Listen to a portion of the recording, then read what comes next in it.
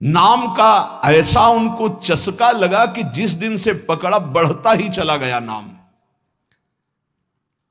और नाम ने फिर जीवन में निष्ठा पैदा कर दी। ये निष्ठा का मतलब होता है प्राण निकल जाए तो ही नाम स्फुरण बंद हो, अन्यथा नाम स्फुरण बंद नहीं हो सकता, चाहे काटना शुरू कर दो वो नाम स्फुरण, इसे निष्ठा कहते हैं। श्री हरिदास जी का जन्म बंगाल यशोहर जिले के अंतर्गत बुड़न नाम के एक ग्राम में हुआ था। ये जाति के यवन थे, मुसलमान थे। बाल्याकाल में बड़ी विचित्र लीला हुई। इनके माता पिता पधार गए। जब माता पिता जिस बालक के नहीं होते तो कोई उसे प्यार कौन करे। और जैसे गोस्वामी जी, तुलसीदास जी की बाल्यावस्था, जिसके द्वार पर खड़े होते तो दबका के भगा देते बालक हरिदास जी।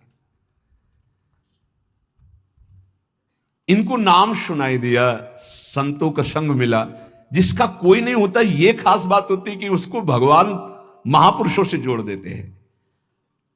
अब इनको जब नाम सुनने को मिला, कोई पूर्व जन्म का ऐसा पुण्य होगा, भगवान की ऐसी कृपा होगी, या भगवान ऐसा स्थिति देखकर दयालुता से, यद्यपि भगवान नाम जपने का कहीं किंचन मात्र कोई संस्कार ही नहीं था, ऐसे कुल में प्रकट हुए थे, यवन कुल में। पर यस्याहम अनुग्रहणामि हरिष्ये तद्धनम सनी, भगवान ने एक वचन कहा युधिष्ठिर जी से, जिस पर मैं विशेष कृपा करता हूं उसका जहां जहां अपनापन होता सब खींच लेता हूं। जन्म से माता पिता गए, बचपन से कोई प्यार करने वाला नहीं, खाने पीने तक की व्यवस्था नहीं, तो संत जन मिल गए वहां उनको। वो नाम कीर्तन करके आनंदित हो रहे थे, तो इनको भी एक नशा चढ़ा नाम का। धीरे धीरे उनके हृदय में नाम बढ़ने लगा। बड़ी कृपा जो इनका नाम जप में प्रीति हो गई। अब इनके पास अपना कहलाने वाला ना कोई व्यक्ति था और ना अपनी कहलाने वाली कोई जमीन या वस्तु थी।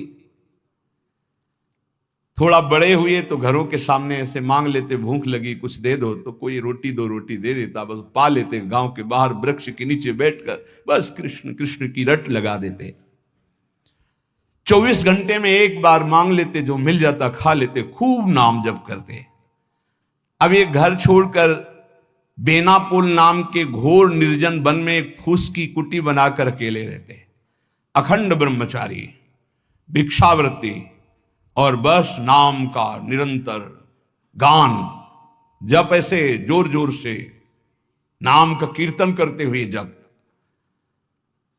ऐसा तेज प्रकट हुआ कि जो देखे इनको लुभायमान हो जाए। ब्रह्मचर्य में बड़ा तेज होता है।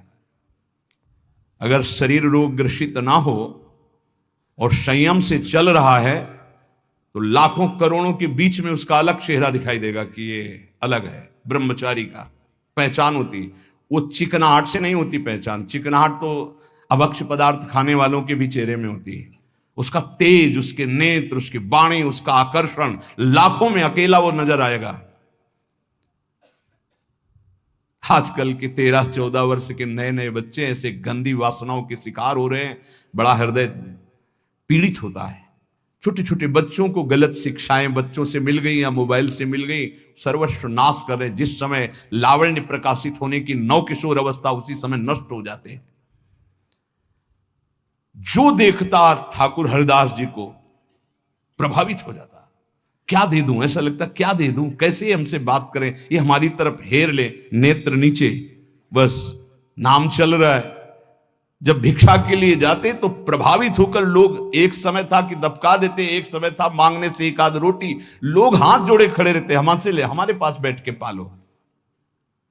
पर इनका भगवान नाम चल रहा है, ना बोलना किसी से, ना नाम का तार टूटना, बस धीरे धीरे निरंतर नाम उच्चारण करते रहना। भगवान नाम का इतना प्रभाव पड़ा कि जहां वो बैठ जाते वो स्थान पवित्र हो जाता, वहां लोगों को शांति मिलने लगती। ये प्रभाव होता है। इनका यश फैलने लगा दूर दूर तक। अब लोग इनके दर्शन करने के लिए आने लगे। तो जब लाखों की श्रद्धा होती तो 10-5 ऐसे दुष्ट स्वभाव के होते हैं कि उनको ईर्ष्या होती, जलन होती है। अपने आप होती, महापुरुषों से उनको जलन होती, वो भगवान की लीला होती। क्या लीला होती है?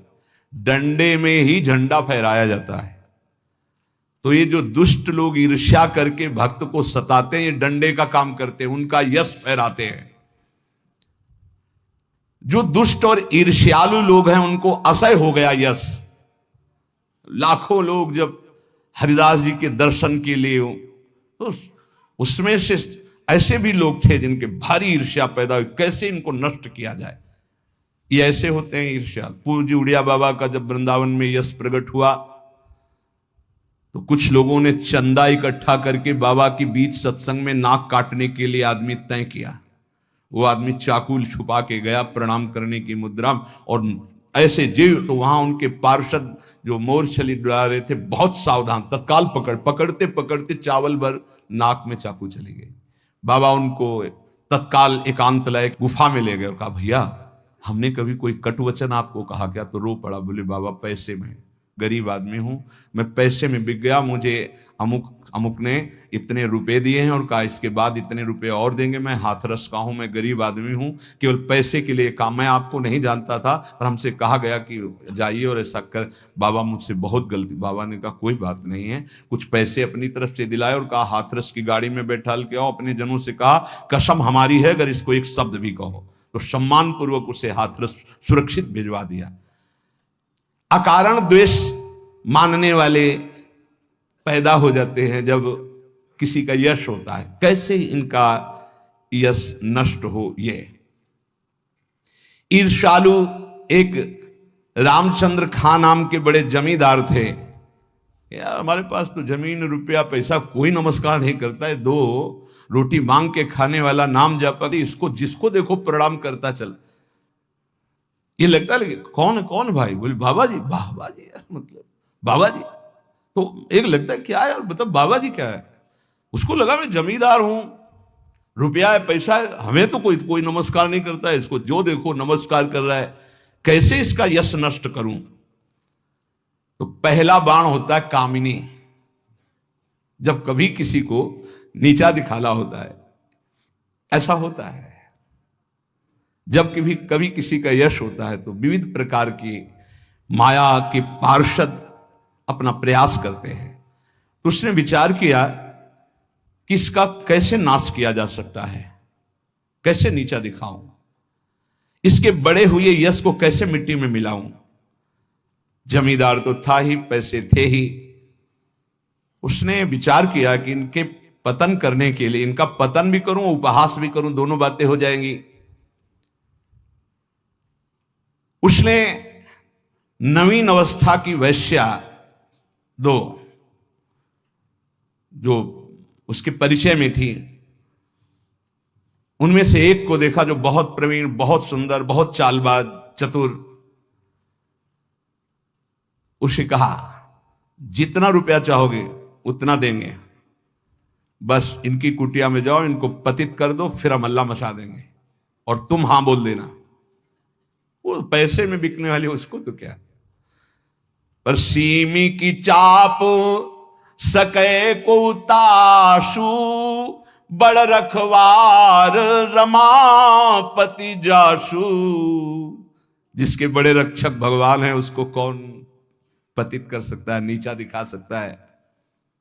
एक बार गदाधर भट्ट जी का बहुत बड़ा यश फैला हुआ था। जब वो सत्संग करते तो हजारों लाखों लोग सत्संग का आनंद लेते। तो उसमें एक कल्याण सिंह नाम के जमींदार धनी मानी आते थे।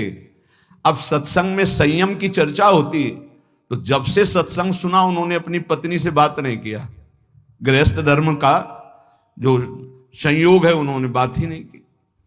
पत्नी ने देखा कि हमारे वर्षों होते जा रहे हैं और हमारे पति हमारे हाथ से गए।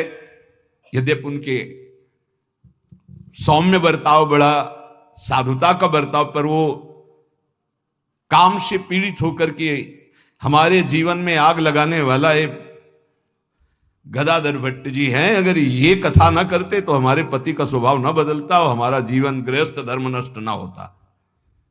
देख लेंगे हम इनको। और वो जमींदार धन था। एक भिखारिन गली में जा रही थी मांगती हुई, बुलाया उसको और गर्भवती थी। बोले तुम्हारे गर्भ का खर्चा, परिवार का खर्चा, जब चाहोगे उतना धन देंगी, बस एक बात है। उसने विचार किया कि अगर गदाधर भट्ट पर अश्रद्धा हो जाएगी तो मेरे पति पुनः वापस हमें मिल जाएंगे, क्योंकि उन्हीं की बात पर वो आकर के ब्रह्मचर्य रह रहे हैं, संयम से रह रहे हैं। बोले तुम कथा के बीच में जाओ और कह दो जब ये नहीं था तब तो खूब आते थे, और जब ये दे दिया तो आने बंद कर दिया, अब क्या व्यवस्था होगी इसकी, बस इतना तुझे बोलना है। वो जानती थी इतना बोलेगी कि लाखों की अश्रद्धा हो जाएगी। खूब सत्संग का रंग जमा हुआ था। इतने में वो आई और ऐसे सामने खड़ी हो गई। सब लोग आश्चर्यचकित। थोड़ा अच्छा कपड़ा पहना दिया था उसको। उसने कहा महाराज अब तो प्रवचन में लग गए, जब गर्भ नहीं था तो खूब आते थे, और जब गर्भ रह गया तो अब आए नहीं, इसका पालन कौन करेगा? बोले आराम से बैठो, जिसने गर्भ दिया अवश्य पालन करेगा, हर व्यवस्था होगी। बिल्कुल, वो तो कोई आश्चर्य उनको नहीं हुआ।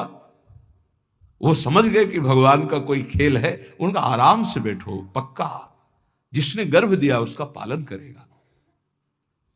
बोले बातों में मत फुसलाइए, आप समझ रहे हैं ना? अब काना फूसी, ये ऐसा भी है, हम तो ऐसा नहीं। अरे बोले हम तो पहले कह रहे थे। अब उनमें जो तर्क वाले, संशय वाले थे, उनके गुट होने लगे, चर्चाएं होने लगी, अब हाहाकार मच गया। तो कुछ तो ऐसे भक्त थे जो प्राण दे दें, तो उनका ऐसा हो ही नहीं सकता, ऐसा नहीं हो सकता। वो एकदम पागल हो गए कि ऐसा नहीं हो सकता। इसके बाद धीरे से सामने से गए, उसको इशारा किया बैग के लिए। वो उठी, पीछे आई, सत्य बोल, अगर सत्य नहीं बोली तो उसने कहा कि हमें क्षमा किया जाए। जब भय चारों तरफ से 50 आदमी श्रद्धालु कि मैं मर सकता हूं लेकिन मार नहीं सकता, ऐसा समझ गई कि मार डाली जाऊंगी। तो उसने कहा एक कोई कल्याण सिंह है इनमें कथा सुनने वालों में, तो राजपूत थे तो तलवार और सब। वो हाँ मेरा नाम। बोले तो आपकी पत्नी ने इतनी हमको स्वर्ण मुद्राएं दी है और इतनी बाद में देने, केवल ये बोलने को कहा था, सो मैं बोल चल सभा में बोल। सभा में बुलवाया और भागे अपनी पत्नी के। गदाधर भट्ट जी ने कहा यही कथा सुना? अरे वो तो विकार से पीड़ित हो रही, तुम तो सत्संगी हो, धैर्य धारण को कुछ नहीं। क्या ये भगवान की अनुकूल प्रतिकूल माया की लीलाएं होती रहती। शांत, पुनः सत्संग शुरू। और कहा मैं वचन दो हमारे सामने कि तुम अपनी पत्नी को एक शब्द भी नहीं कहोगे। और देखो गृहस्थ में संयम का ब्रह्मचर्य रहा जाता है, उसमें अखंड ब्रह्मचर्य नहीं रहा जाता। पानी ग्रहण किया है तो संयम पूर्वक, जितना आप प्यार पूर्वक संयम से ब्रह्मचर्य रहो, फिर गृहस्थ धर्म का समझाया उनको।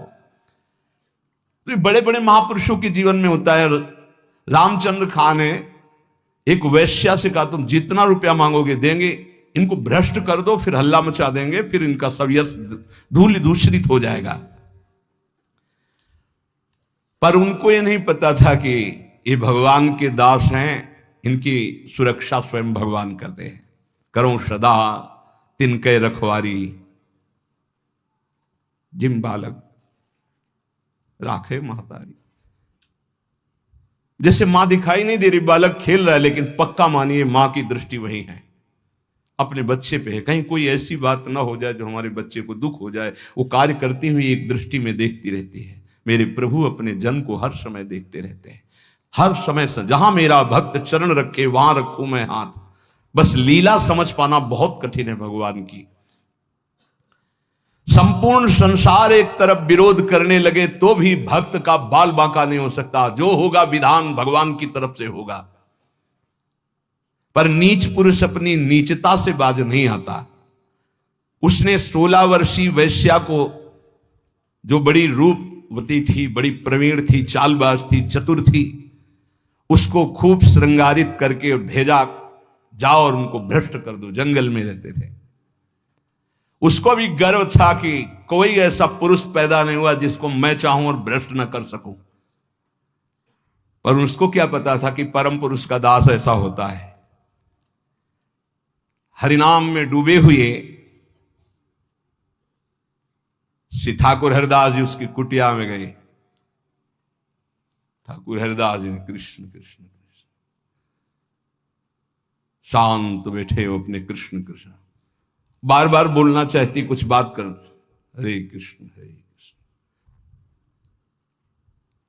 सुबह से गई, पूरी शाम हो गई, कृष्ण कृष्ण कृष्ण। जहां वो कुछ बात करने को होती, मां हमारा नाम पूरा हो जाए, फिर वहां 1000-2000 नाम थोड़ी, लाखों की संख्या में 3 लाख नाम तो जोर जोर से जपते थे। वो बार बार बैठी उनकी मुख कांति को देखती रहती, बैठी रही। शाम हुई, सोचा रात्रि में बात तो हो ही जाएगी। वैसे तो 3 लाख नाम जप करके फिर लघु शंका आदि कभी उठते, आज उठे ही नहीं, पूरी रात्रि भी नाम चल रहा है। वैश्या फिर गई, श्रृंगार वृंगार करके फिर दोबारा आई, फिर नाम कीर्तन। जब बीच में बोलने की बात करती तो हरे कृष्ण कृष्ण। कितनी कृपा वैश्या के ऊपर, ऐसे महापुरुष को बराबर देख रही, उनका नाम सुन रही। तीसरे दिन एकदम विचलित होकर के, आप हमसे बात क्यों नहीं करते? रुके, हाथ जोड़ा और कहा आपसे अच्छे से बात करूंगा, हमारी नाम जप की अभी संख्या पूरी नहीं हुई, उसको पूरी हो जाए। ऐसे अमृतमय वचन की हृदय एकदम हाय मच गया। ये क्या, वैसे मैं पापनी हूं, नीच हूं, गंदा आचरण करती हूं, ऐसे महापुरुष के लिए गंदी बात सोच रही। 3 लाख नाम की फिर तार चल पड़ा, हरे कृष्ण, उच्च स्वर से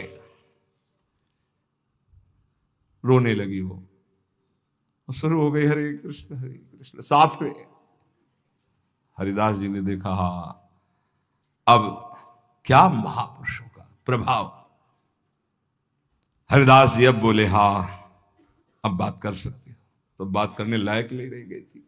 अश्रु प्रवाह चल रहा था और कृष्ण नाम चल रहा था। उठी और चरणों में लौट गई, का धिक्कार है मुझ निज पापनी को कि आप जैसे महापुरुष के लिए मैंने गंदी बात सोची, मुझे क्षमा कर दीजिए। चिल्ला चिल्ला करके रोने लगी। उन्होंने कहा, दुखी नहीं होना, मेरे प्रभु तुम पर बहुत कृपा किए हैं। वो आंखों से आंसू बहाती जा रही, गदगद कंठ से कह रही, पतित पावन आप मुझे स्वीकार कर लीजिए, मैं आपकी चरणों की दासी हूं। आप तो अहेतु की कृपा करने वाले परम दयालु हैं। आप पात्र और अपात्र का विचार ना कीजिए, मुझ जैसी नीच को स्वीकार कर लीजिए। और चिल्ला चिल्ला के रोने लगी। हरिदास जी ने कहा, जो नाम सुन रहा है वो नीच कैसे हो सकता है? उन्होंने कहा, आप मुझे जानते नहीं, मैं वैश्या हूं, मैं लोक निंदित हूं, मैं बहुत ही गंदी हूं, मैं खोटी बुद्धि से आपको भ्रष्ट करने आई थी। हरिदास जी ने कहा, इस समय आपके हृदय में क्या है? बोले, भगवान बस आपकी दास्ता, आपके आदेश का इंतजार। मैं क्या करूं, मुझे आदेश कीजिए। मैं नीच कैसे पवित्र हो सकती हूं? मैं आपकी शरण में हूं, आप मेरा उद्धार कीजिए। हरिदास जी ने कहा, देवी अब तुम वैश्या नहीं रही, उठो। मेरे प्रभु बड़े पतित पावन हैं, उनका नाम उनसे भी महान है, क्योंकि प्रभु को अधीन कर लेता है। मेरे प्रभु के नाम में कोई भेदभाव नहीं, कोई भी जप सकता है, कोई भी अपना परम कल्याण कर सकता है। मेरे प्रभु के नाम में इतनी सामर्थ्य है कि कोई इतना पाप इकट्ठा ही नहीं कर सकता जितना नाम में पाप नाश की सामर्थ्य है। तुमने जो पाप कर्म से पैसा पैदा किया है, आज से उसका प्रयोग मत करना, उसे हटा दो, उसे दे दो, गरीबों को बांट दो। और आज से तुम जो 3 दिन से नाम सुन रहे हो, इसी नाम को रटो। देखो, ये नाम तुम्हें परम पावन कर देगा। वैश्या ने कहा, अब तो मैं जाऊंगी नहीं अपने घर, संपत्ति बांटने की तो बात, अब वहां जाऊंगी नहीं। तो उन्होंने कहा, फिर इसी कुटिया में रहकर तुम नाम जप करो। मैं चला। वो वैराग्य लेके उसी कुटिया में नाम जप करने लगी और उसका नाम हरिदासी हुआ। और हरिदास जी उसी समय उस कुटिया से निकले, सीधे शांतिपुर अद्वैताचार्य के समीप चले गए। अद्वैताचार्य जी बहुत बड़े महाभागवत, वो सदैव श्री कृष्ण चिंतन में संलग्न रहते, अद्भुत विद्वान, शास्त्रज्ञ, भगवत प्रेमी महापुरुष। अब वो फटे पुराने कपड़े पहन करके वैश्या वही नाम कीर्तन करें। अब उस जमींदार के तो होश उड़ गए कि मैंने भेष छुड़वाने के लिए वैश्या को भेजा था और यहां वैश्या ही अपना भेष परिवर्तन करके वहां नाम जप करने लगी। ये क्या है नाम जापक जन, भगवान के जन। उस वैश्या का वैसे ही सम्मान होने लगा कुछ वर्षों बाद जैसे हरिदास जी का होता था। लोग उस वैश्या के दर्शन करने आने लगे, हर समय वैसे ही नाम जप करते हुए उसी भूमि पर जिस कुटिया में वो रहते थे वह हरिदासी नाम से कही गई। क्या महिमा है भगवान नाम जापक संतों की। और इधर रामचंद्र खां ने अपने कुकृत्य का फल पाया कि बादशाह का कोई अपराध बन गया, साबित हो गया नहीं अपराध होने पर भी, तो तत्काल आदेश हुआ सारी संपत्ति और जमींदारी उसकी जब्त कर ली गई, उसको जेल में डाल दिया गया। ये साधु अवज्ञा तुरंत भवानी कर कल्याण अखिल कहानी। कोई ऐसा मुकदमा, कोई ऐसी बात आ गई जिसमें उनका अपराध साबित हो गया और सारी संपत्ति जमींदारी जब्त कर ली गई, उनको जेल भेज दिया गया। खाने की भी व्यवस्था भंग कर दी गई, जेल में भारी कष्ट उनको दिया गया। पक्का जो भक्त का अपमान करता है, भक्त को नीचा दिखाना चाहता है, उसकी दुर्गति पक्की हो जाती। यहां तो ये ब्याज है, मूल तो और मिलेगा। महात्मा हरिदास जी विश्वास के तो मूर्तिमान स्वरूप हैं। उन्होंने नाम को ही अपना जीवन माना, भगवान निष्ठा उनके हृदय में अटल भाव से थी। बेनापोल की निर्जन कुटिया में उस वैश्या का उद्धार करके उसे हरिदासी बनाकर आप शांतिपुर आ गए, अद्वैताचार्य जी के पास। शांतिपुर के समीप ही फुलिया नामक ग्राम में एकांत में छोटी सी फूस की झोपड़ी बनाकर अहरनिश कृष्ण नाम जप रहे थे। उस समय बादशाह यवन ही था और वहां के बड़े बड़े काजी अधिकारी यवन ही थे। भारी अत्याचार उन लोगों का था, यहां तक कि उनके धर्म के विरुद्ध कोई चू नहीं बोल सकता था, सत्ता थी। अब जब वहां काजी को पता चला कि रात दिन ये नाम जप करता है और यवन धर्म से इसका जन्म है, तो उनके मन में आया कि इसको दंड दिलाया जाए कि बड़ा इसका सम्मान हो रहा है। काजियों का ये समझो एक तरह के वो बादशाह ही होते थे, बादशाह उन्हीं के इशारे से चलते थे। गोराई नाम का एक काजी था जो बहुत ही कठोर और कर्कश स्वभाव का था। हरिदास जी का प्रभाव देखकर वो ईर्ष्या से देखता। मतलब कुछ लोग ऐसे देखते हैं कि बस उनके पास जो है वो भस्मासुर वाली ताकत नहीं है कि हाथ धर दे भस्म हो जाए, नहीं तो भक्तों को वो भस्म ही कर दे, ऐसी दृष्टि होती। वो दृष्टि से पता चलता है। वो हरिदास जी को ऐसे देखता कि कैसे इनको नष्ट कर दूं। और जब उसको ये पता चला कि यवन धर्म के ही हैं, तब तो बढ़िया उसको रास्ता मिल गया। हरिदास जी का प्रभाव दिनों दिन बढ़ता चला जा रहा था। उसने विचार किया कि यवन धर्म के होकर के हिंदू धर्म का नाम ले रहे हैं, ये तो कुफ्र है, काफिर है, ऐसा काजी ने विचार किया। इसे बादशाह के सामने पहले पेश करें, फिर इसको दंड निर्धारित करें। गुराई काजी ने विरुद्ध राज दरबार में अभियोग चला दिया ठाकुर हरिदास जी की। राज आज्ञा हुई तत्काल गिरफ्तार किया जाए, क्योंकि बादशाह यवन था। हथकड़ी बेड़ियों से जकड़ लिए गए ठाकुर हरिदास जी। डरना नहीं, ये डिग्री वालों की बात है जो उच्च कोटि के महापुरुष है। तुम मत सोच लेना कि हम राधा राधा जपेंगे तो, हाँ ऐसा नहीं। भगवान वो सामर्थ्य देते जो प्रहलाद जी को सामर्थ्य दी, वही ऐसे भक्तों को सामर्थ्य देते। ऐसा नहीं है कि अपने सामर्थ्यहीनों को ऐसा प्रश्न कर, ऐसा नहीं, डरना नहीं कि भगवान बड़ी भारी परीक्षा लेते। हथकड़ी बेड़ियों से जकड़ लिए गए और इनको पेश किया गया निरपराध हरिदास जी को अपराधी की तरह। बादशाह ने देखा 9 युवक तेज से प्रभावित, मानो पूरा सभा आश्चर्यचकित और आलोकित हो गई हो, प्रभावित हो गए। जो यवन बादशाह थे और कहा सम्मान से इनको बैठाला जाए। आसन दिया गया, आसन पे बैठे।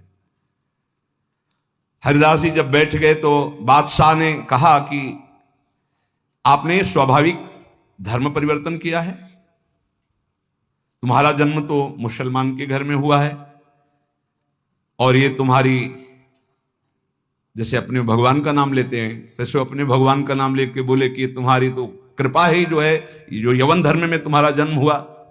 बादशाह ने कहा तुम काफिरों का आचरण क्यों करते हो?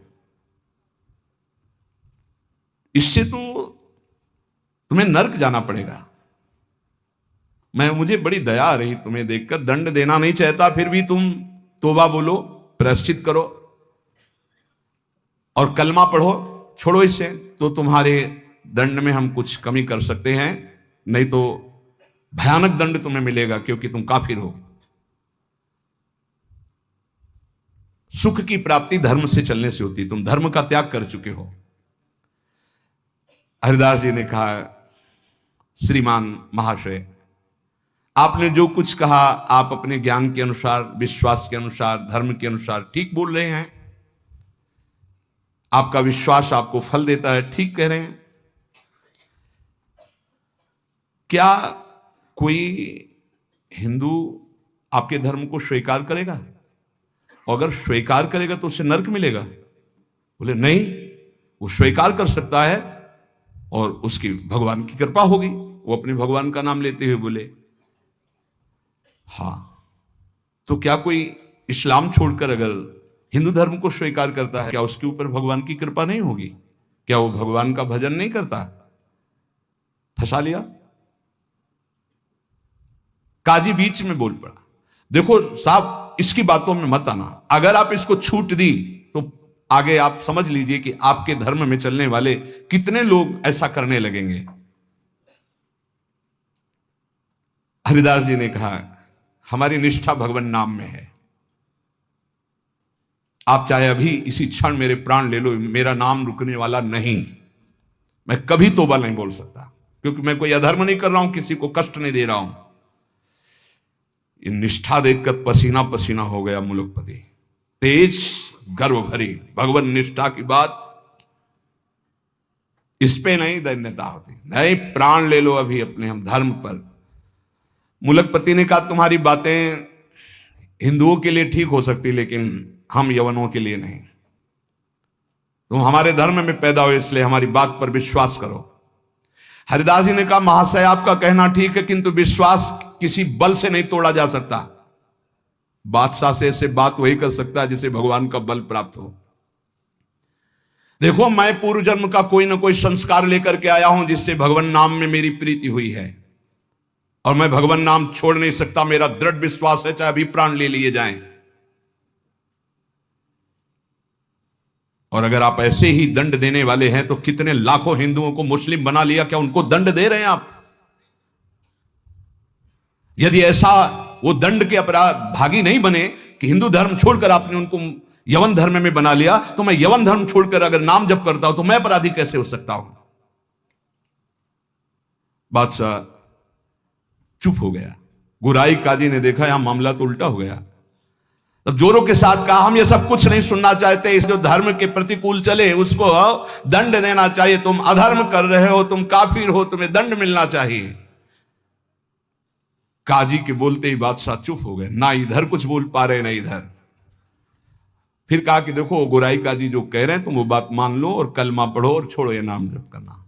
हरिदास जी ने कहा श्रीमान महाशय हम एक बार केवल बोलते हैं, दोबारा आपको जो कहना हो सो कह लीजिएगा, मैं बोलूंगा नहीं। मैं प्राण त्याग सकता हूं पर भगवान नाम नहीं छोड़ सकता। क्या निष्ठा है! आप दंड जो देना चाहे मैं स्वीकार करता हूं लेकिन नाम नहीं छोड़ सकता। मेरी देह के आप इसी सभा में सैकड़ों टुकड़े कर दिए, हर टुकड़े से निकलेगा कृष्ण कृष्ण कृष्ण, छूटेगा नहीं नाम। मैं तुम्हारे दंड देने से विचलित नहीं हो सकता। मैं हरिनाम को जब तक श्वास है नहीं छोड़ सकता। अब आखिरी मेरी ये बात है, आप चाहे दंड दें या जो चाहे सो करें। निर्भीक उत्तर सुनकर के बादशाह सोच में पड़ गया, ऐसे एक महान को क्या दंड दे। गुराई काजी की तरफ देखा। गुराई काजी ने कहा हुजूर बिल्कुल दया नहीं, दंड चाहिए, नहीं तो फिर बड़ी समस्या आ जाएगी कि अपने धर्म के लोग बहुत से उधर हो जाएंगे। बहुत हानि हो जाएगी, मनमानी लोग करने लगेंगे। मूलकपति ने कहा, सही पूछो तो मेरे में हिम्मत नहीं है, तुम बोलो दस्तखत हम कर देंगे। क्या दंड दिया जाए? तुम बोलो दस्तखत कर देंगे, लेकिन हिम्मत नहीं कि मैं दंड निर्धारित कर सकूं। गुराई काजी ने कहा, हुजूर मेरी जो अंदर बात आ रही, इसको ऐसा दंड देना चाहिए कि पूरे विश्व में कोई भी इनके विपरीत आवाज ना उठा पावे। क्या क्या दंड निर्धारित किया जाए? प्राण दंड, वो भी ऐसे सीधे प्राण दंड नहीं, 22 बाजारों में कोड़ों से मार मार कर बेतौर कोड़ों से इसकी जान ले ली जाए, जिससे सब कोई देखे कि धर्म के विरुद्ध चलने वाले को कैसा दंड दिया जाता है। सभी लोग ऐसा देखें और किसी की हिम्मत ना पड़े। मूलकपति ने दस्तखत कर दिया, ऐसा ही। अब तो क्या था, जल्लादों ने तत्काल हाथ बांध दिए महान भगवान नाम जापक के, और वही दरबार से शुरू किया गया। वो कोड़े जो ऐसे लगते कि खाल को खींचते चले जा रहे, घाव पे घाव, हर बाजार में भीड़ में सब जगह ऐसे। ठाकुर हरिदास जी बोलते, हरि बोल, जहां कोड़े लगते हरि बोल, हरि बोल। बलिहार है, क्या हृदय भगवान ने बनाया इन महापुरुषों का कि इतना भयानक पीड़ा और कष्ट के बीच में कभी आह नहीं कहा। पीठ में से रक्त की धाराएं बह रही, रक्त बह रहा है, निर्दयी जल्लाद घावों पर कोड़ों का प्रहार कर रहे, और हरिदास जी के मुख से वही जोर की ध्वनि निकलती, जैसे कोड़ा पड़ता, हरि बोल, हरि बोल। धन्य है ये जगत, इन्हीं महापुरुषों के नाम कीर्तन से, इन्हीं के यश कीर्तन से आज पावन है। सत्य कहते हैं, इन्हीं महापुरुषों के प्रताप से आज हम कुछ हरि बोल, कृष्ण बोल, राधा बोल सकते हैं। नहीं, हमारी सामर्थ्य क्या, यही सब, ये साक्षात भगवत स्वरूप पार्षद अवतरित हुए जो ऐसी सामर्थ्य का दर्शन कराया। ये है भक्ति, ये है निष्ठा, नाम निष्ठा। चेहरे पर तेज और मुस्कुराहट है, जवान पर हरिनाम है, शरीर पर कोड़ों की वर्षा है। जरा विचार कीजिए, क्या स्थिति है, क्या स्थिति है। मतलब देखने वाले चीख पड़ते, रो पड़ते, दुख से आंखें बंद कर लेते। अरे ऐसे निर्मम जल्लाद ऐसे महापुरुष को कष्ट दे रहे हैं जो निरपराध, कोई अपराध नहीं किया, लेकिन किसी की हिम्मत क्या कि कोई बोल सके, कोई रोक सके बादशाह के हुक्म के आगे। हरिदास जी की वही मुस्कुराहट, वही आनंद भरा शब्द, हरि बोल, हरि बोल। जल्लाद पीटते चले जाते हैं, 22 बाजारों में घुमा घुमा करके, कोड़ों से मार मार करके, लथपथ मांस के टुकड़े गिर रहे हैं, ऐसे कोड़े मारते कि चिथड़ा हो जाता शरीर। जल्लाद आश्चर्य में हो गए कि किस माटी का बना हुआ ये भगत है, एक बार भी उफ नहीं निकला, आह नहीं निकला, हरि बोल, हरि बोल। और जहां वो मारते कोड़े और कहते, अब भी कहता है हरि बोल, हरि बोल, तो मुस्कुरा के देखते बोले, तेरा भी कल्याण हो गया। क्योंकि वो भी यवन जल्लाद थे, वो गुस्सा में बोलते, अब भी कहता है हरि बोल, हरि बोल, तो कहते तेरा भी कल्याण हो गया, क्योंकि तू भी 2 बार तो हरि हरि बोला, तेरा भी कल्याण हो गया। ऐसे कोड़े चल रहे थे कि 10-5 कोड़ों में ही मृत्यु हो जाए आदमी की। पीठ पर असंख्यों कोड़े, नाम बराबर उच्चारण हो रहा है, कोई मुखारविंद में वेदना नहीं, कोई दर्द की वेदना नहीं। हरिदास जी बीच बीच में भगवान से प्रार्थना करते जा रहे हैं, प्रभु किसी का दोष नहीं, नाथ किसी को दंड मत देना, न इन जल्लादों को, न काजी को, न बादशाह को। प्रभु मेरी प्रार्थना है, किसी को दंड मत देना। प्रभु से बात कर रहे हैं, जो दंड दे रहे हैं उनके लिए वो उसी समय भगवान से प्रार्थना कर रहे हैं कि इनको किसी को कष्ट, क्योंकि पता है प्रभु ये सब भूले हुए लोग हैं, इनके अपराध को आप कभी मानना ही नहीं कि अपराध किया है। कैसे कृपालु भक्त हैं, जिनके ऊपर प्रहार हो रहा है वो प्रभु से प्रार्थना कर रहे हैं, प्रहार करने वालों को कष्ट मत देना प्रभु, ये बेचारे हैं, ये भूले हुए हैं। महात्मा हरिदास जी आखिरी में हरि बोल कहकर मूर्छित हो गए। उन जल्लादों ने देखा कि नस नाड़ी में कोई धड़कन नहीं, अब ये पधार गए।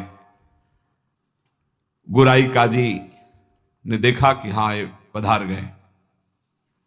सहमति हुई कि अगर इसको जमीन में दफनाओगे तो उत्तम गति होगी उनके अनुसार से, इसलिए इसको गंगा में फेंक दो। गोराई काजी ने कहा अगर कब्र में हमारे धर्म के अनुसार तो फिर इसे बहिष्ठ स्वर्ग की प्राप्ति होगी, वो मैं होने नहीं दूंगा, इसलिए इसको गंगा में फेंक दो। फेंक दिए गए। जे ही पतित पावनी भागीरथी का स्पर्श हुआ, मुख में गंगा जल गया तो जैसे अमृत गया हो। और तो गंगा के प्रवाह में गंगा जी गोद में लेके जा रही, डुबो नहीं रही। अब उनको चेतना आई, कृष्ण कृष्ण कृष्ण कृष्ण। गंगा जी धीरे धीरे उनको अपनी लहरों से, गंगा जल के स्पर्श से सारी जो वेदनाएं थी, घाव थे, उनमें बड़ी शीतलता। हरिदास जी को चेतना हुई और बहते हुए जब किनारे लगे तो लोगों ने उनको उठाया और फुलिया के समीप उनको गोद में लेकर के ले गए, जहां उनकी पहले कुटिया थी। चारों ओर ये बात तो फैली गई थी। हरिदास जी के दर्शन के लिए भारी भीड़ इकट्ठा हुई। हरिदास जी बैठ करके कीर्तन कर रहे हैं। क्या मतलब, क्या देह है, क्या स्थिति है। इसलिए जैसे भगवान अनंत, उनके भक्त की महिमा अनंत। गंगा जल के स्पर्श से सारे घाव खत्म हो गए, किसी औषधि की जरूरत नहीं पड़ी। चमत्कार। जब बादशाह ने सुना कि वो जीवित हो, नाम कीर्तन कर रहे हैं, तो विश्वास ही नहीं हुआ गोराई जी को कि ऐसा हो ही नहीं सकता, ऐसा बिल्कुल नहीं हो सकता, क्योंकि कुछ बचा ही नहीं था, इतनी उनकी मार मारी गई थी, तो ऐसा हो ही नहीं सकता। बादशाह, गोराई काजी सब देखने के लिए आए। जब ये सुना कि बादशाह सब हटाया गया, बादशाह जाग वही तेज, वही नाम, वही स्वस्थ शरीर। तब उन्होंने गोराई काजी की तरफ देखा और कहा भारी अपराध बन गया, ये कोई साधारण नहीं हो सकते। ऐसा दंड पाने के बाद तो कोई जीवित ही नहीं रह सकता। साष्टांग दंडवत ठाकुर हरिदास जी की बादशाह ने की और कहा मुझे क्षमा करो, वैसे मैं दंड देना नहीं चाहता था, लेकिन ये गोराई काजी ने, उन्होंने कहा श्रीमान अब भी आपसे प्रार्थना करता हूं, आपका इसमें कोई दोष नहीं है, ये कोई हमारा पूर्व का हिसाब था जो पूरा हो गया, आप प्रसन्न रहिए। उन्होंने कहा मैं आपकी सेवा करना चाहता हूं, आप आज्ञा कीजिए। ठाकुर हरिदास से कहा बादशाह ने, उनका बस एक सेवा कर दीजिए, अब कभी आना मत और हमारे नाम कीर्तन में कभी विघ्न मत डालना। उनका आज के बाद कभी कोई आपको विघ्न नहीं डालेगा, और आप अगर ऐसा कहते तो मैं कभी आपके सामने नहीं आऊंगा। काजी को फटकारा और लेकर चले। हरिदास जी ने विनम्रता से कहा सुनते जाइए, आप कभी क्षोभ मत करना, इसमें कोई अपराध नहीं है। देखो मनुष्य शरीर में दुख सुख का विधान होता है, हर जीव को अपने कर्म भोगने होते हैं। निमित्त किसी को कर्म बना दे, आपको निमित्त बना दिया, ये तो मेरा ही कर्म था जिसको मैंने भोगा। ऐसे कोई कर्म पूर्व जन्म में किए होंगे जिनका फल मुझे भोगने को मिला, आप कभी क्षोभ मत कीजिएगा। हरिदास जी की ऐसी बात सुनकर फिर बादशाह लौट पड़ा, चरणों में पुनः प्रणाम किया। जितने भी वैष्णव ये सब आकर के बड़ा दुख प्रकट किए हरिदास जी के पास। क्या भगवान, कहां भगवान, आपके ऊपर कोड़े चल रहे थे, कहां भगवान थे, क्यों नहीं बचाए। हरिदास जी ने कहा आप लोग नहीं जानते, आप तो शास्त्र के मर्म को जानने वाले हैं, लेकिन भगवान की कृपा को जानते हैं। मुझे जो दंड मिला उसका कारण है मैंने भगवान नाम की अवहेलना सुनी राज दरबार में, जीवित रहा, इसलिए मुझे दंड मिलना जरूरी था। और दूसरी बात, जिस समय मेरे ऊपर कोड़े चल रहे थे तुम्हें दिखाई नहीं दे रहा था, हरि ऐसे किए गए थे, एक भी कोड़ा मेरे ऊपर नहीं लगा। जैसे प्रहलाद जी से पूछते थे उनके मित्र कि तुम्हारे ऊपर हाथियों से कुछ लाया गया है, तो वो कहते थे मेरे हरि मुझे ऐसे गोद में लिए, एक भी कष्ट मेरे को नहीं हुआ। ठाकुर हरिदास जी कह रहे तुम्हें नहीं दिखाई दिया, तुम कोस रहे हो प्रभु को। जिस समय कोड़े चल रहे थे हरि ऐसे शास्त्र बाहुओं से मुझे ढके हुए थे, वो कोड़े हरि के ऊपर चल रहे थे, मेरे ऊपर नहीं। वो हरि वार ले रहे थे, मेरे ऊपर नहीं। तभी वो जोर से बोलते थे हरि बोल, क्योंकि हरि पास में। ये भक्त जानता है, बाहरी क्या जाने। मुझे तो तनिक भी दुख नहीं हुआ, ना क्लेश हुआ। बस आप सब भक्तों से यही कहते हैं, ठाकुर हरदास जी करें, आप अविश्वास मत कीजिए प्रभु पर। उनके नाम में अपार सामर्थ्य, मुझे जो सुख मिला है वो तुम्हें कैसे बताऊं। जिस समय नाम चल रहा था और कोड़े चल रहे थे, उस समय मेरे को भगवान ऐसे घेरे हुए थे, तुम्हें कैसे बताऊं। शरीर को इतना भी क्लेश नहीं था, ये भक्त ही जानता है। ऐसे उत्तर सुनकर समस्त वैष्णवों को हृदय में संतोष हुआ। नहीं तो एक क्लेश था, कहां है वो भगवान जिनका हम नाम लेते हैं और ऐसे महान भक्त की खाल खींची जा रही है, और वो उस समय कहां है वो जो कहते हैं करो सदा तिनके रखवारी, कहां है। तब ठाकुर हरदास जी ने बताया, जैसे प्रहलाद जी को सैकड़ों बार भयानक पीड़ाएं दी गई, पर्वत के नीचे दबाया गया, सर्पों के विष से पिलाया गया, डसवाया गया, गैस में बंद किया, क्या क्या कष्ट नहीं, कुछ भी कष्ट प्रहलाद जी को नहीं होता था। हरिदास जी महाराज का स्वस्थ शरीर वहीं फुलिया ग्राम में रहकर निरंतर भगवान नाम कीर्तन। उपासक, जीवन का सबसे बड़ा फल है नाम में प्रीति हो जाना। किसी भी प्रलोभन से लुभायमान होकर नाम मत छोड़ो, किसी भी भय से भयभीत होकर नाम मत छोड़ो, तो तुम्हें दिखाई देगा जैसे ठाकुर हरिदास को दिखाई दिया कि प्रभु हजार बाहुओं से ऐसे, तो एक भी कोड़ा ठाकुर हरिदास जी को दुख नहीं पहुंचा सका। कर तुम अकर तुम मन था कर तुम श्री भगवान। इसलिए भगवत विधान से प्रारब्धानुसार दुख आवे तो हंसते हंसते उसे भोगो। राधा राधा राधा राधा राधा, कभी अविश्वास मत करो कि भगवान कहां, जो हमारे दुख की निवृत्ति नहीं कर रहे। नाम जप करोगे तो अपने आप ऐसा ज्ञान हो जाएगा, अपने आप ऐसी स्थिति आ जाएगी, हर दुख सहने की स्थिति आ जाएगी, हर सुख सहने की स्थिति आ जाएगी। सुख सहन घमंड नहीं, हर्ष नहीं, दुख सहन शोक नहीं, व्याकुलता नहीं, अंदर ही अंदर एक परमानंद की अनुभूति नाम से होती है। अभी वो स्फुरित नहीं हुआ, इसलिए मन विषयों में भाग रहा है। जिस दिन हृदय में परमानंद स्फुरित होगा, आप मन दौड़ाना भी चाहेंगे तो नहीं हटा पाएंगे प्रभु के नाम से मन। ऐसा जैसे हृदय शुष्क है तो काम के लिए, भोगों के लिए, वासनाओं के लिए हमारा मन रोकने पे भी नहीं रुकता, भागता है। और जिस दिन निज सुख मिलेगा, भगवदानंद मिलेगा नाम जप से, उस दिन आपके सामने भोग सुखद होंगे संसारिक, और आपको भोगने की इच्छा नहीं होगी, और आपको भोग के लिए प्रेरित किया जाए तो भी आपके मन में घृणा ही होगी, इच्छा ही नहीं होगी। वो निज सुख है, वो जिस समय स्फुरित होता है तब वो त्रिभुवन विजेता हो जाता है। कोई भी लोकांतर का भोग उसे प्राप्त नहीं कर पाता, और वो सुख नाम से मिलता है।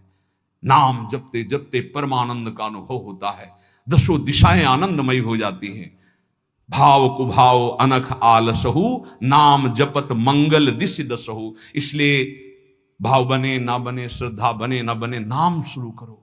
ऐसे पकड़ो कि नाम ना छूटे, चाहे प्राण छूट जाए तो जन्म जन्म की बिगड़ी बन जाएगी। भगवान का सानिध्य तुम्हें अनुभव होने लगेगा कि भगवान तुम्हें कितना दुलार कर रहे हैं, प्रियाजू आपको कितना दुलार कर रहे हैं। इसलिए हठ पूर्वक नाम में प्रीति करो, नाम जपने का अभ्यास करो। इसी से सब हो जाएगा, ज्ञान वैराग्य भक्ति प्रेम योग जो चाहोगे सब प्राप्त हो जाएगा। जय श्री कृष्णा। राधे राधे प्यारे दोस्तों, आध्यात्मिक मार्गदर्शन चैनल पर आप सभी का स्वागत है। आप यूं ही हमारे साथ जुड़े रहें और अपना आशीर्वाद बनाए रखें। भगवान श्री कृष्ण कहते हैं, चिंतन करो, नाम जप अपने आप शुरू हो जाएगा। इसलिए हमेशा प्रभु का नाम लेते रहें, हमेशा हृदय में उनका वास करें। जय श्री कृष्णा, जय श्री राधे राधे।